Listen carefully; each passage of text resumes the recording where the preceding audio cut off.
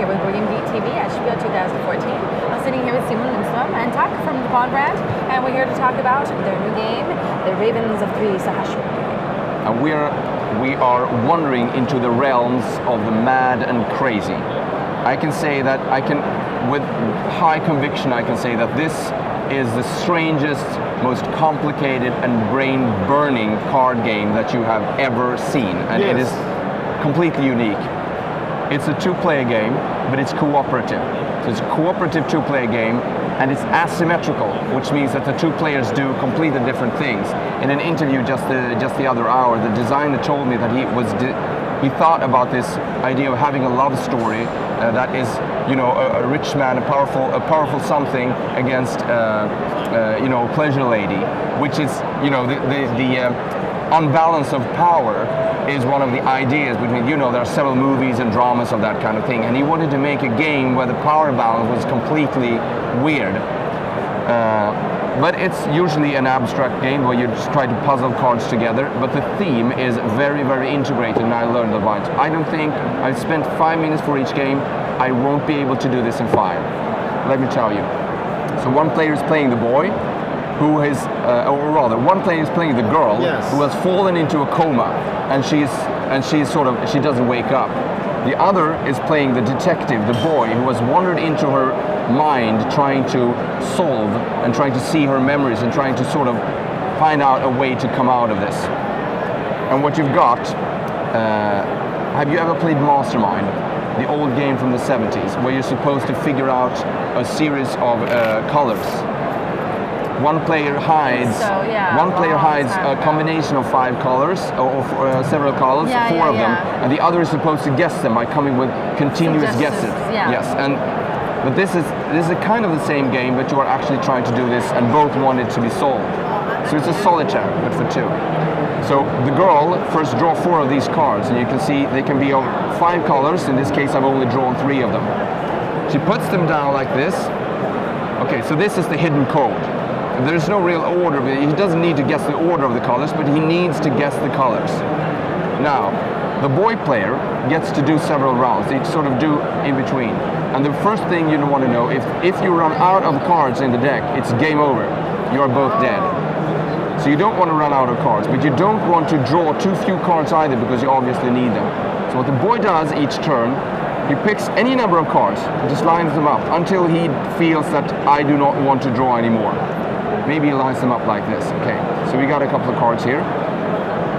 Now, the girl will need to choose one of these cards that he has lined up to sort of give a hint on what this is.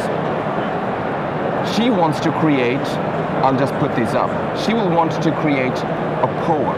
Isn't that great, isn't it? You see 5, 1, 2, 5. She needs to create rows that total 7, 7, 7, 5, which is a famous Japanese poem metric called dodoits.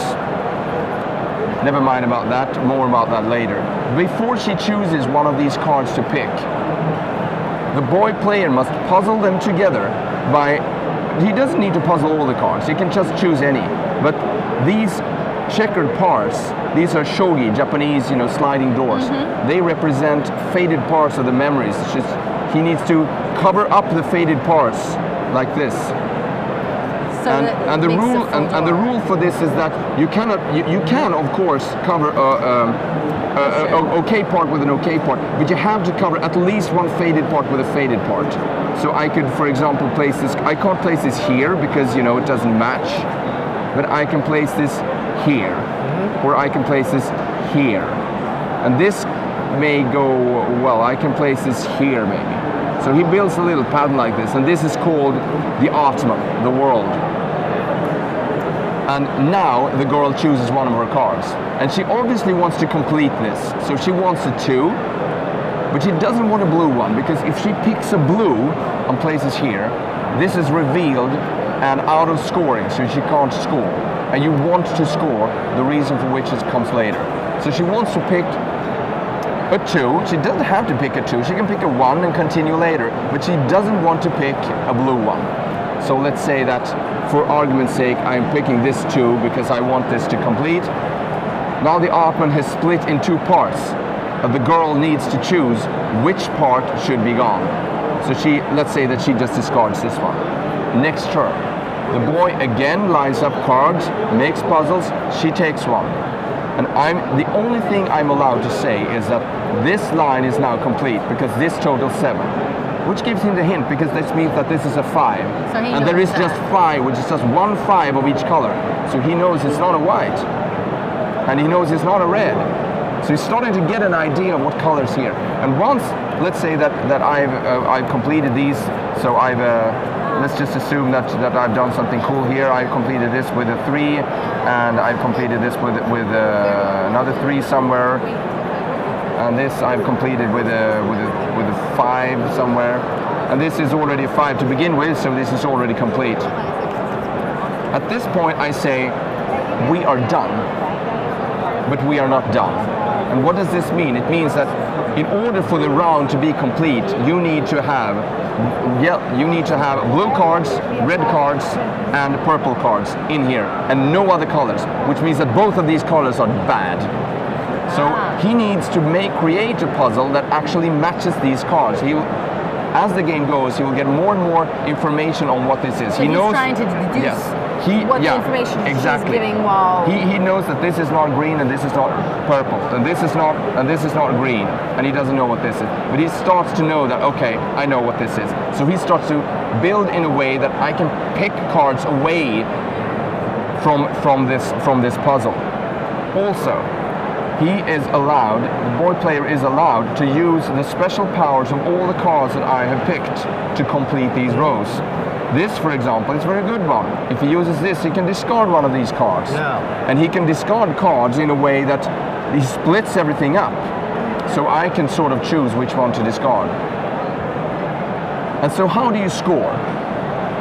Because I just told you, if I pick a blue card here, I need to show this, and this is out of scoring, and you don't want that to happen. In order to score, when you build this puzzle, you need to create a chunk of cards that total 7. So for example, let's assume that this is the way. This card is lying there, and this is what he has drawn. He realized, look here, I can do a blue 7. Okay, I'm placing this here, and I'm placing this here. Now we've got a chunk of blue cards that connect to each other. No other card is in between. If this was lying here, oh, okay, it can't lie there, but assume it did. This is not good because there is a white card lying inside, because you need it to be exactly just the blue cards tied together. This is of course okay, as long as there's no card in between. Now the girl says that, okay, this is actually blue because you made a blue 7. I can show one of my blue cards. This card will score when we are done, and that is important. Now this sounds a bit easy, maybe. So that's when the ravens come into play. The deck is soiled with these 5 ravens of each color. If the boy lines up a raven, before he starts building, these go out into a raven row.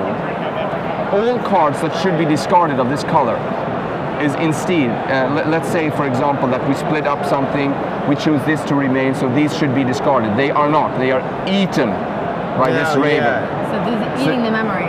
Yeah, they sort of are temporarily out of the game. Some kind of demon. Yes. If these ravens are still here and not chased away, at the end of the round, when we are done here, these will go out of the game forever. And you must play and clear 3 rounds. So having this happen in the first round is really bad. And defeating the ravens is done by the method I just showed you, creating a 7. If there is a raven in the raven row and you do a 7, that raven is chased away, all cards beneath him are discarded as normal. This raven is now not existent here, but he will return in the next round. So you do this, build a puzzle, the girl takes a card, build a puzzle, girl takes a card, maybe some ravens appear. Gradually you complete these, trying without saying anything to imply, please understand that this is red. and I'm taking a good card from you. Look, I'm taking a green card that allows you that allows you to put the next card upside down. That's good. I'm taking this card that allows you to do a good thing next time. This doesn't mean that I do not want green, because this is actually green, but I want you to use this power, but you're not allowed to say anything.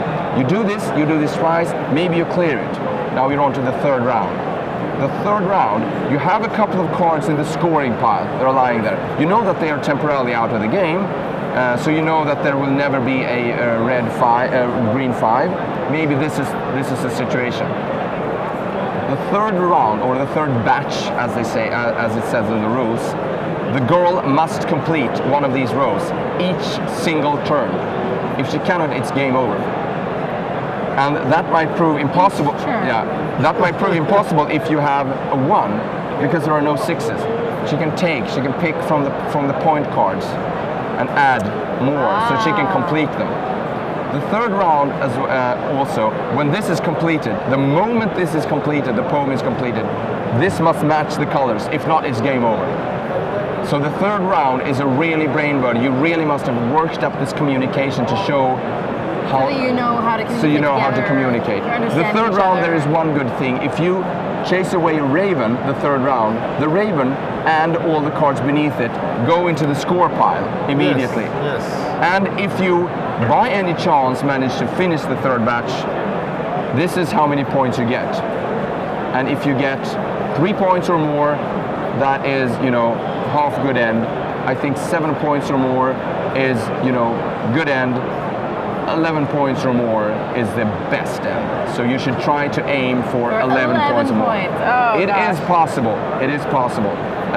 It's actually not that horribly difficult, but you really need to stay sharp. So this is 30 to 40 minutes for 2 quite intense gamers who want to practice, silent conversation. It is an absolutely fantastic game. I love this personally, but unfortunately, it is so complicated that when we are pitching this game to publishers, their eyes starts glazing over after a while, and okay, I love this game, but I don't think I can publish this. This is a true love story game. Yes, it is, and I can tell you a couple of other things that are weird. It's of course it's a story of it's this love story of these two, but each of these memory cards they have a little flavor text on them. Unfortunately, it's not translated for this edition, where you see parts of memories of this girl, and this is the worst thing. This is the final touch. Each of the flavor text is written in a certain Japanese metric, poem metric, that this guy wrote, 7775. May I sing in Japanese for this song? May I sing? Yes. Chant of this. Yes. Okay. You can chant this card. Okay. But in Japanese. In Japanese. 3000世界のカラスを殺し、主と朝寝がしてみたい。